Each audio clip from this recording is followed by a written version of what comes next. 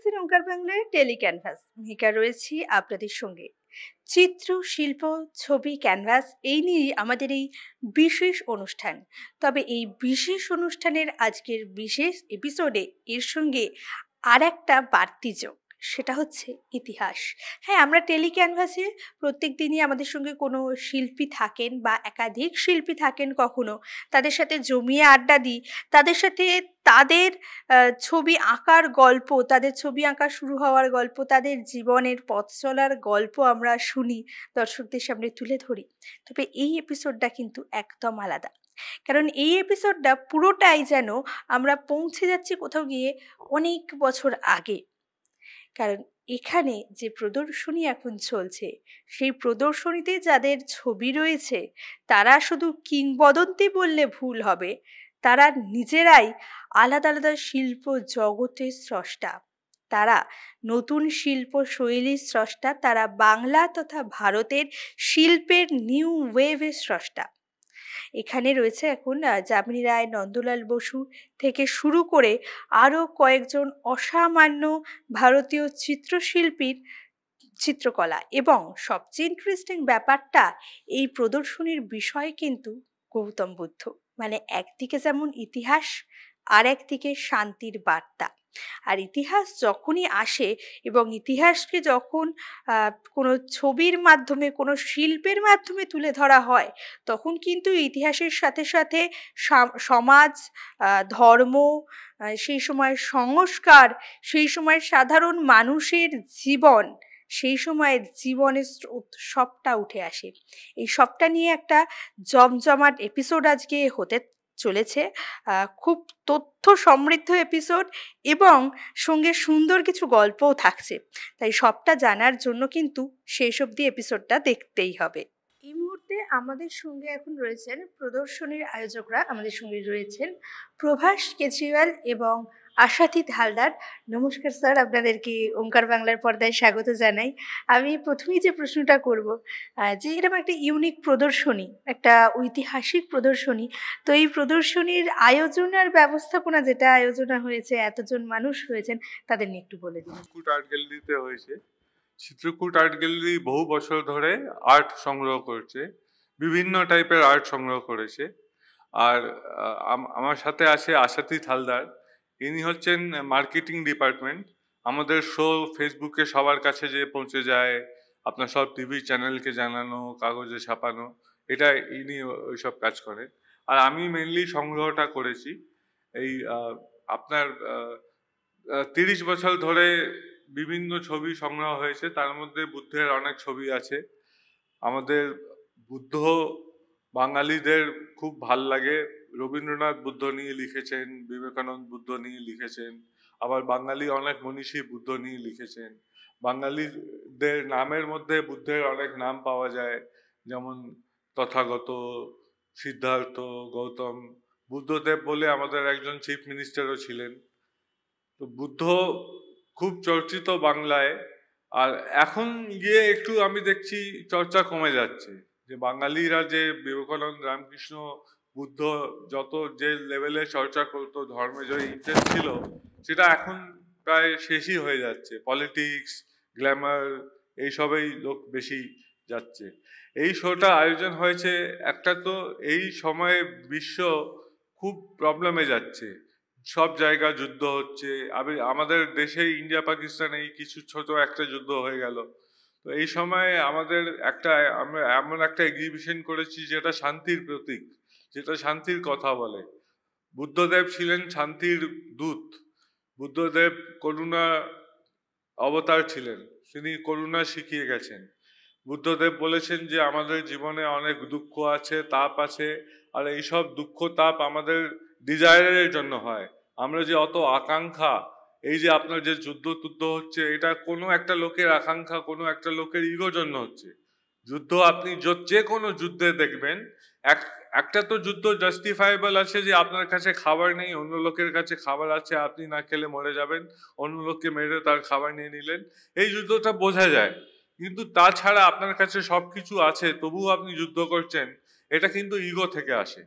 Ego is the enemy. একটা বইও আছে খুব famous, Brian Holiday, ego is the enemy. আমাদের আর বুদ্ধদেব যে আছে ওনার ধর্মে একটা বাদ আছে অনাত্মবাদ।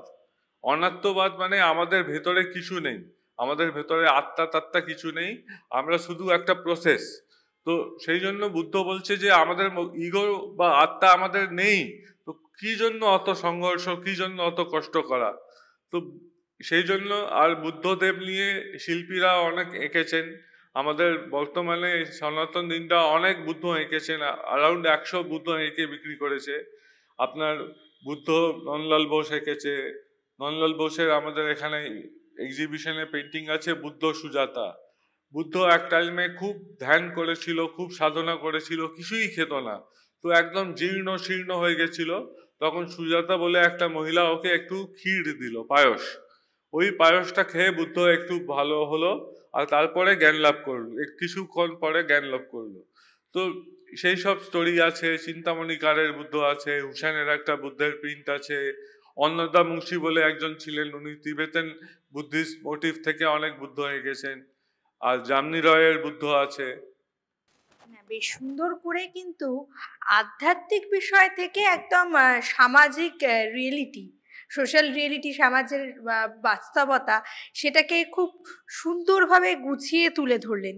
এবং এই সব বিষয়ের সাথে বাঙালি জীবনে বহুদিন ধরে যে গৌতম বুদ্ধ জড়িয়ে আছেন, একাধিক শিল্পী বিভিন্ন যুগে বিভিন্ন সময় তাদের শিল্পকে তুলে ধরার বা শিল্পের মাধ্যমে কিছু প্রকাশ করার জন্য বারবার বুদ্ধ মূর্তিকে বেছে নিয়েছেন, সেটাও খুব সুন্দরভাবে স্যার ব্যাখ্যা করলেন। তবে আমি আর একটা প্রশ্ন করব, একটু যদি দর্শকদের স্পষ্ট করে দেওয়া হয় যে কোন কোন শিল্পীর কাজ এখানে রয়েছে আর সেই কাজগুলো পার্টিকুলার সিলেক্ট করার কারণ। এখানে যে শিল্পীদের কাজ রয়েছে মেনলি হচ্ছে নন্দলাল বোসের কাজ রয়েছে, জামনি রয়ের কাজ রয়েছে, অন্নদা মুন্সির কাজ রয়েছে, আর একটা হুসেনের কাজ রয়েছে, আর চিন্তামণিকারের কাজ রয়েছে। এখন নন্দলাল বোসের নন্দলাল বোস বুদ্ধ নিয়ে অনেক এঁকেছেন। আর নন্দলাল বোসকে সিস্টার নিবেদিতা অজন্তা কেভস পাঠিয়েছিল ওখানে যে বুদ্ধিস্ট আর্ট আছে তাকে রূপান্তরিত করতে। তো সেই জন্য নন্দলাল বোস খুব ইম্পর্টেন্ট একটা শিল্পী। আর এখানে অজন্তা সিরিজেরও কিছু কাজ রয়েছে, তো সেই জন্য নন্দলাল বোসকে সিলেক্ট করা হয়েছে। জামনি রায় তো সব বিষয় নিয়ে এঁকেছেন, আর বুদ্ধকেও বাদ দেননি। জামনি রায়ের যেমন যীশু খ্রিস্ট, জামনি রায়ের খ্রিস্ট খুব ফেমাস, খুব খ্রিস্ট এঁকেছেন। জামনি রায় খুব শিব, দুর্গা, কৃষ্ণ অনেক এঁকেছেন। সে বুদ্ধ এঁকেছেন, বুদ্ধটা কম এঁকেছেন। আর ওনার বুদ্ধ যে আছে একটু ডিফারেন্ট আছে, মানে ওনার যে স্টাইল থেকে একটু ডিফারেন্ট আছে, তো ওনার বুদ্ধ রাখা হয়েছে। আবার এখানে অন্নদা মুন্সি সত্যজিৎ রায়ের গুরু ছিলেন, ওনাকে একটু শিখিয়েছিলেন। তো অন্নদা মুন্সি তিবেতান যে আর্ট আছে সেটা থেকে প্রভাবিত হয়ে বুদ্ধকে সেভাবে এঁকেছেন। আর এখানে আর হুসেন রয়েছে, হুসেনের প্রিন্ট রয়েছে birth of Buddha. Birth of বুদ্ধার ছবিতে দেখানো আছে একটা এলিফ্যান্ট আসছে আর একটা মহিলার কুম্বে চলে যাচ্ছে। তো সেই হুসেনেরও একটা ছবি আছে। এখানে কিন্তু একটা জিনিস প্রচণ্ডভাবে লক্ষণীয়, সেটা হচ্ছে যে বাংলার বিভিন্ন শিল্পীর ছবি এখানে রয়েছে। ছবির বিষয় গৌতম বুদ্ধ। আর তার মধ্যে সবচেয়ে ইন্টারেস্টিং বিষয় কি জানেন তো, প্রত্যেকটা ছবি, প্রত্যেক শিল্পীর যে নিজস্ব শিল্প শৈলী, সেখানে কিন্তু বাংলার যে লোকাল ফোক আর্ট, বাংলার যে ট্র্যাডিশনাল আর্ট, সেটার ছাপ প্রচণ্ডভাবে ফুটে উঠেছে। যেমন আমরা জানি যে যামিনী রায়ের কাজ মানে সেখানে কালীঘাট পটচিত্রের ছাপ একটু থাকবেই।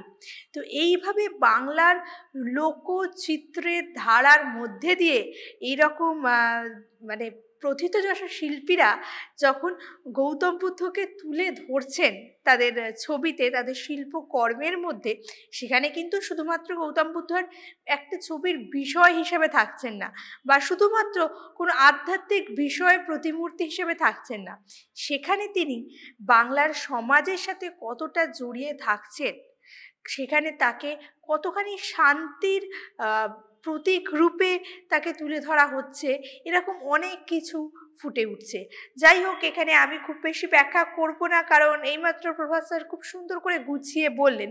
তবে এবার আমরা যাব আমাদের এপিসোডে সেই পার্টটার দিকে, যেটার জন্য দর্শকরা সবচেয়ে বেশি অপেক্ষা করে থাকেন। প্রত্যেকটা ছবির পেছনেই তো কিছু লুকিয়ে থাকা গল্প থাকে। হ্যাঁ, এখানে যে শিল্পীদের ছবি রয়েছে তাদেরকে আমরা হয়তো পাবো না, হয়তো না পাবোই না, তারা নেই এখানে, কিন্তু আয়োজকদের কাছ থেকে সেই ছবির গল্প একটু আমরা শুনতেই পারি, কারণ ছবিগুলো শুধুমাত্র ঐতিহাসিক ছবি নয়, ছবিগুলোর সঙ্গে বাংলার জনজীবন, বাংলার শিল্প চর্চার ধারা এবং কিভাবে লোকশিল্প থেকে কমার্শিয়াল আর্ট অবধি বাংলার শিল্পের পথটা প্রসারিত হয়েছিল, সব কিছু কিন্তু এই ছবিগুলোর সাথে প্রচণ্ডভাবে জড়িয়ে আছে। তো যাই হোক, আলোচনার পর্বটা মোটামুটি মিটিয়ে এবার আমরা একটু ছবির গল্প শোনার দিকে যাব। এখন আমাদের সঙ্গে রয়েছেন এখানকার ল্যাবের ডিরেক্টর তৃষা চক্রবর্তী। তৃষাদিকে আমি ওঙ্কার বাংলার পর্দায় স্বাগত জানাচ্ছি। আমি আগে একটা প্রশ্ন করে নিচ্ছি, মানে প্রদর্শনী নিয়ে আলোচনায় আমরা যাব, তবে তার আগে একটা ছোট্ট প্রশ্ন করে নিই। এই আর্ট ল্যাব সম্পর্কে আমার বা আমাদের মতো সাধারণ দর্শকদের ধারণা নেই, তো সেই বিষয়টা একটু ক্লিয়ার করে দাও, তারপর আমরা ফার্দার আলোচনায় যাব। সংক্ষেপে বলতে হলে আমি কেমিস্ট্রি নিয়ে পড়াশোনা করেছি এবং আমি যা শিখেছিলাম আমার মনে হয়েছিল সেটাকে মার্কেটাইজ করার দরকার আছে, কারণ শুধু পড়ালেখার মাধ্যমে জীবনে দাঁড়ানোটা খুব ডিফিকাল্ট। তো আমি এখানকার রেসপেক্টেড ওনার প্রকাশচন্দ্র কেজরিওয়াল তার বদান্যতায় এখানে ছবিগুলির পিগমেন্ট অ্যানালিসিসের কাজটা করে থাকি ভায়া রামান স্পেকট্রোস্কোপি। রামান দিয়ে আমরা এখানে যত পেন্টিং বা স্কাল্পচার আছে সেগুলিকে অথেন্টিকেট করার চেষ্টা করছি। তো এই নিয়েই আমরা ল্যাবটা প্রতিষ্ঠা করেছি। যে প্রজেক্টগুলো আমরা পাই সেগুলোর ডাইরেক্টরশিপে আমিই রয়েছি এবং মেন কাজটা অ্যাজ এ লিড কেমিস্ট আমি এবং আমার কো পার্টনার আরেকজন আছেন স্বপন দাস, আমরা দুজন করে থাকি। আচ্ছা, এবার এই প্রদর্শনী নিয়ে আসি। এখানে যে ছবিগুলো রয়েছে প্রত্যেকটাই পুরনো ছবি, শুধু পুরনো ছবি বলা ভুল হবে, ঐতিহাসিক ছবি কিংবদন্তি শিল্পীদের। তো এই ছবিগুলোর টেস্টের ব্যাপার, মানে এই বিষয়টা একটু যদি বলো। এই ছবিগুলো যখন আমি টেস্ট করেছিলাম তখন আমি দেখেছিলাম এই ছবিগুলো মানে প্রি হিস্টোরিক আমলের, ধরুন 1880, 1900, 1930, 1950 এই দশকের ছবিগুলি ছিল মেনলি। এবং আপনি জানলে অবাক হবেন যে আমরা রামান স্পেকট্রোস্কোপির মাধ্যমে শুধু পিগমেন্ট নয়, আমরা সেই পিগমেন্টের টাইমলাইনও বলে দিতে পারি, মানে কোন পিগমেন্ট কত সাল থেকে কত সাল অবধি ব্যবহৃত হয়েছে, কত সালে সেটা ওয়াশ আউট হয়ে গেছে ইত্যাদি সমস্ত কিছুই কিন্তু আমরা বলতে পারি। এবং এই প্রত্যেকটা ছবির ক্ষেত্রেই কিন্তু সেটা করা হয়েছে। প্রত্যেকটা পিগমেন্টের ফিঙ্গারপ্রিন্ট কিন্তু আমরা আলাদা করে এই ছবিগুলোর মাধ্যমে, মানে ছবিগুলোর সঙ্গে অ্যাটাচ করা থাকে, রিপোর্ট অ্যাটাচ করা থাকে। যদি কোনো বায়ার ছবিগুলো ইন্টারেস্টেড হয়ে কিনতে চান তখন কিন্তু আমরা সেই সবটাই প্রোভাইড করি তাকে। আচ্ছা, মানে এইভাবে কিন্তু ইতিহাসকে রিট্রাইভ করা এবং ঐতিহাসিক ছবির যে পেছনের গল্প বা কতদিন পুরনো ছবি, মানেই তার সময়কালটা উঠে আসছে, মানে সেই একদিকে সময়কালটার ধারণা থাকছে আর একদিকে চোখের সামনে ছবিটা থাকছে, দুটো মিলিয়ে কিন্তু আমাদের চোখের সামনে বেশ স্বচ্ছ কিছু ঐতিহাসিক দৃশ্য ভেসে ওঠে। মানে ছবি মানেই তো সেখানে, শিল্প মানেই সেখানে সামাজিক অবস্থার, সামাজিক প্রেক্ষাপটের একটা রিফ্লেকশন থাকবে। তার সঙ্গে যখন সময়কালটা জেনে যাওয়া হচ্ছে তাহলে কিন্তু সেই ছবিগুলো থেকে অনেক কিছু আঁচ করা যায়। তো এই টোটাল বিষয়টা ভীষণ ইন্টারেস্টিং। তো এই ছবিগুলো করলে, সেটার গল্পটাও শুনলাম, সেটার কাজটা তো কখনো এরকম হয়, মানে এই ছবি নিয়ে কাজ করতে করতে যেন মনে হচ্ছে হিস্ট্রিতে চলে যাচ্ছি, ওখানে এরকম ফিলিংস কখনো হয়? আমি খুব একটা ইতিহাস বা পলিটিক্যাল সায়েন্স নিয়ে কিছু জানি না, জিও পলিটিক্সে হালকা ইন্টারেস্ট আছে। তবে একদম মেডিভিয়াল যুগে চলে গেলাম, আমার মনে হচ্ছে সক্রেটিস এসে আমাকে প্রশ্ন করছে, এই ধরনের জিনিস হয়তো আমার সাথে হয় না, কারণ আমি একদম হার্ডকোর সায়েন্সের লোক। তো তবে আমার আণবিক গঠন, রাসায়নিক গঠন, কেমিক্যাল ফর্মুলেশন, স্ট্রাকচার এইসব জিনিস আমাকে বেশি এনচ্যান্ট করে rather than history and other things. তো আপনি বলতে পারেন আমি বেশি সায়েন্সে ঢুকে যাই, ফিজিক্স, কেমিস্ট্রি এই জিনিসগুলোর মধ্যে আমি আরও বেশি ঢুকে যাই। আরও কতটা ডিটেলসে আমরা জিনিসটা নিয়ে আলোচনা করতে পারি বা লিখতে পারি, আমাকে এইগুলোই বেশি ইন্টারেস্ট দেয় আর কি। আচ্ছা, তবে এইটা যাই হোক, এই সায়েন্সে কারোর ইন্টারেস্ট, কারোর আর্টে ইন্টারেস্ট, কিন্তু এই সায়েন্স আর আর্ট একে অপরকে ছাড়া যে একেবারেই চলতে পারে না, তারা যে আসলেই হরিহর আত্মা, দুটো একটা আর একটার সাথে জড়িয়ে রয়েছে, একটা আছে বলে আর একটা এক্সিস্ট করছে, সেটা কিন্তু আবারও যেন আমরা এখানে এসে এখানকার রিসার্চের কথা শুনে, রিসার্চ মেথডের কথা শুনে খানিকটা বুঝতে পারলাম।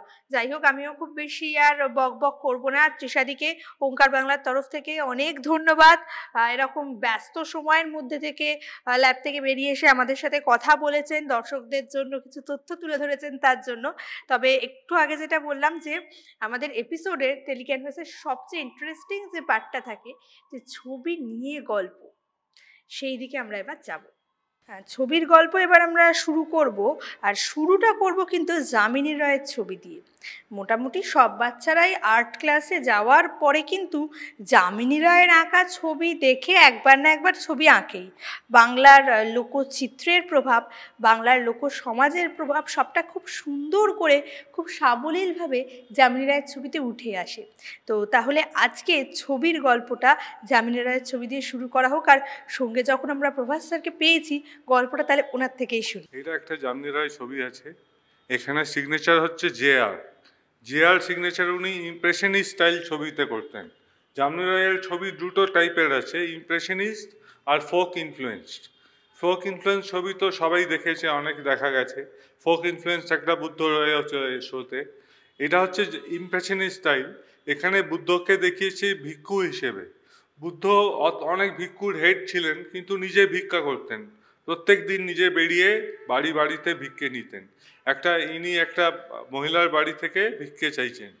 এটা হচ্ছে বুদ্ধ জ্ঞান লাভের আগে অনেক তপস্যা করেছিলেন, অনেক স্ট্রাগল করেছিলেন, একদম না খেয়েছিলেন, একদম জীর্ণ শীর্ণ হয়ে গেছিলেন। তখন উনি প্রায় মারা যাচ্ছিলেন, তখন একটা মহিলা সুজাতা নামের ওনাকে পায়স প্রদান করেন। সে পায়স খেয়ে আর তার কিছুক্ষণ পরে উনি জ্ঞান লাভ করেন। তো এটাতে উনি এই পায়েস খেয়ে একটা জিনিস বুঝেছেন, যে এক্সট্রিম অ্যাসেটিজম করলেও কিছু লাভ হয় না, আর আমাদের মধ্যপথে চলতে হবে। বেশিও নয়, কমও নয়, ব্যালেন্স করে খাবার খেতে বা যা কিছু কাজ করি সব ব্যালেন্স রেতে করতে হবে। না, এই প্রসঙ্গে একটা কথা দর্শকদের বলে রাখি, ছবিটা যে দেখতে পাচ্ছেন নন্দলাল বসুর ছবি। নন্দলাল বসু বাংলা তথা ভারতের শিল্পচর্চার ইতিহাসে অত্যন্ত গুরুত্বপূর্ণ একটা নাম। সবাই তার নাম আমরা জানি, আমরা সবাই তাকে চিনি তার ইউনিক আর্ট স্টাইলের জন্য। খুব সহজভাবে, সরলভাবে একটা অন্য রকম আর্ট প্যাটার্নে তিনি খুব সহজেই পুরাণের গল্প থেকে শুরু করে সাধারণ জনজীবনের কাহিনী সবটা তুলে ধরতেন। তবে নন্দলাল বসুর বিষয়ে আর একটা ইন্টারেস্টিং ব্যাপার কি জানেন তো, বাংলা তথা ভারতের যে আর্টের নিউ ওয়েভ, সেই নিউ ওয়েভের, সেই নতুন তরঙ্গের এক অন্যতম কাণ্ডারি ছিলেন নন্দলাল বসু। এটা সনাতন দিন্ডার ছবি আছে। এখানে বুদ্ধকে দেখানো হয়েছে, বুদ্ধের মুখটা দেখানো হয়েছে, আর বুদ্ধের চোখ দেখানো হয়েছে। বৌদ্ধর চোখটাকে বলে অর্ধ নিমিলিত, মানে অর্ধেক খোলা অর্ধেক বন্ধ। তো এই সনাতন দিন্ডার এই ছবি আছে। সনাতন দিন্ডা নতুন একজন শিল্পী, উনি বুদ্ধ অনেক এঁকেছেন। উনি প্রায় 100 থেকে বেশি বুদ্ধ এঁকে বিক্রি করেছেন। বুদ্ধ নিয়ে ওনার প্রচুর কাজ। এইটা একটা কাজ আপনি দেখতে। এটা হুসেনের একটা ছবি হচ্ছে। এটা হচ্ছে বার্থ অফ বুদ্ধা। বুদ্ধের মা একবার স্বপ্ন দেখেছিল যে সুদূর হিমালয়তে একটা লেকের মধ্যে থেকে একটা হাতি এসে ওনার গর্ভের মধ্যে চলে যাচ্ছে। তারপরে কিছুদিন পরে বুদ্ধের জন্ম হলো। প্রসঙ্গে একটা বিষয় দর্শকদের কাছে তুলে ধরা দরকার। এম.এফ. হুসেন একজন কিংবদন্তি চিত্রশিল্পী। তাকে নিয়ে কিন্তু যতটা ইতিহাস রয়েছে, তার কাজ যতখানি ইউনিক, যতখানি আদরণীয় কাজ এবং একদম অন্য ধাঁচের কাজ, তার সঙ্গে কিন্তু তার কাজ নিয়ে কন্ট্রোভার্সিও প্রচুর। যে সময় দাঁড়িয়ে এম.এফ. হুসেন কাজ করছেন, সেই সময় কিন্তু সমাজের শিল্পের গতিবিধিটা আরও বেশ খানিকটা অবরুদ্ধ ছিল। আর সেই জায়গায় দাঁড়িয়ে একদম নতুন ধরনের কাজ, একদম নিউ ওয়েভের কাজ, এবং চিরাচরিত যে সমস্ত প্রথা বা চিরাচরিত যে সমস্ত চিন্তাভাবনাগুলো মেনে সচরাচর এক্সপেকটেশন থাকে একটা পিছিয়ে থাকা সমাজের, তার থেকে বলবো একটা অর্থোডক্স সোসাইটি, যারা একটা সুনির্দিষ্ট চিন্তার বাইরে বেরোতে চায় না, তাদের যে চিন্তাভাবনা থাকে। এম এফ হুসেন কিন্তু এমন একজন শিল্পী, এই চিন্তাভাবনাটাকে কেটে, এই চিন্তাভাবনাকে ভেঙে বেরিয়ে এসেছিলেন, এবং তার প্রত্যেকটা ছবিতে এই চিন্তাভাবনা ভেঙে বেরিয়ে এসে একটা নতুন ধরনের চিন্তা, একদম মুক্ত চিন্তা, সেটার প্রকাশ প্রচণ্ডভাবে পেয়েছে।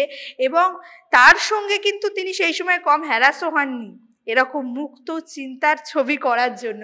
যাই হোক, কতখানি কন্ট্রোভার্সিতে আজকে আর আমরা যাচ্ছি না, আমরা পরের ছবির গল্পটা শুনে নিই। এটা অজন্তা সিরিজের একটা কাজ আছে নন্দলাল বসুর আঁকা। যখন নন্দলাল বসু কাজ করতেন তখন সিস্টার নিবেদিতাও খুব অ্যাক্টিভ ছিলেন। এখন সিস্টার নিবেদিতা, বিবেকানন্দ তারা ভারতকে গড়তে চেয়েছিলেন, পুনরুত্থান করতে চেয়েছিলেন। তো সিস্টার নিবেদিতা আর্টের মহত্ব বুঝেছেন। উনি দেখেছেন যে ইন্ডিয়াতে কত টাইপের আর্ট আছে, কত কালচার আছে। উনি একটা বইও লিখেছেন, ফুটস্টেপস অফ ইন্ডিয়ান হিস্ট্রি। ওখানে বেনারস, বোধগয়া সব জায়গার বর্ণনাও দিয়েছেন। তো উনি অজন্তা কেভসের ইম্পর্টেন্সটা বুঝতেন, আর সেই জন্য অসিত হালদার আর নন্দলাল বসু আর আরও অনেক শিল্পীদের উনি অজন্তা কেভসে পাঠিয়েছিলেন। তো ওখানকারই একটা ছবির রূপান্তরণ এটা। বেশ তথ্য সমৃদ্ধ আলোচনা, সঙ্গে একটু ইতিহাসের এসেন্স, আর নানান ছবির গল্প, ছবির পেছনে থাকা ইতিহাস, সেই সময়কালের জীবন চর্চা, সেই সময়কালের সামাজিক প্রেক্ষাপট, সব কিছু নিয়ে বেশ জমজমাট একটা এপিসোড। জানি আমার সঙ্গে সঙ্গে আপনাদেরও একেবারেই ইচ্ছা হয় না যে এরকম অন্য রকমের এপিসোডগুলো এত তাড়াতাড়ি শেষ হয়ে যাক, কিন্তু কিছু তো করার নেই। দুর্ভাগ্যজনকভাবে আমাদের হাতে যতটা সময়, এপিসোডের যতটা বাঁধা সময়, তার মধ্যে তো এপিসোড শেষ করতেই হবে। তবে আরও একবার এপিসোড শেষ করার আগে এই প্রদর্শনীর পুরো টিমকে এবং বিশেষ করে প্রফেসরকে গোটা ওঙ্কার বাংলার তরফ থেকে অনেক ধন্যবাদ। ওনাদের অত্যন্ত ব্যস্ত শিডিউল এবং তার থেকেও বড় কথা, এরম একটা অ্যারেঞ্জমেন্টের পেছনে অনেক রিসার্চ, অনেক ল্যাবরেটরি টেস্ট, অনেক কিছু সামলে ওনারা এতটা সময় আমাদের দিয়েছেন। এবং আমরা অত্যন্ত সমৃদ্ধ যে আমরা আমাদের দর্শকদের সামনে এরকম একটা ইতিহাসমূলক এপিসোড তুলে ধরতে পেরেছি। তো টেডি ক্যানভাস আমাদের প্রত্যেক সপ্তাহেই আসে, শিল্পীরা আসেন, তাদের সাথে আড্ডা হয়, কথা হয়। তবে এবারের এপিসোডে যেন শিল্পীরা এখানে উপস্থিত না থেকেও চারপাশে ছিলেন, কারণ এমন শিল্পীদের কাজ নিয়ে এবারের এপিসোড হয়েছে, তারা সারা জীবন থেকে যাবেন। যতদিন শিল্প চর্চা থাকবে, যতদিন বাংলার সমাজে শিল্প শব্দটা থাকবে, বাংলা শব্দমালার মধ্যে শিল্প শব্দটা থাকবে, ততদিন কিন্তু যামিনী রায়, নন্দলাল বসু এই নামগুলো থেকে যাবে। কারণ বাঙালির শিল্পচর্চা এবং ভারতীয় শিল্পচর্চা কখনোই এনাদের বাদ দিয়ে তো অসম্ভব, এনাদের পাশ কেটে বেরিয়ে যাওয়াও একেবারেই সম্ভব নয়। তো যাই হোক, আজকের মতো আমাদের এই বিশেষ এপিসোড এই পর্যন্তই। সবাই খুব ভালো থাকবেন আর দেখতে থাকুন ওঙ্কার বাংলা। নমস্কার।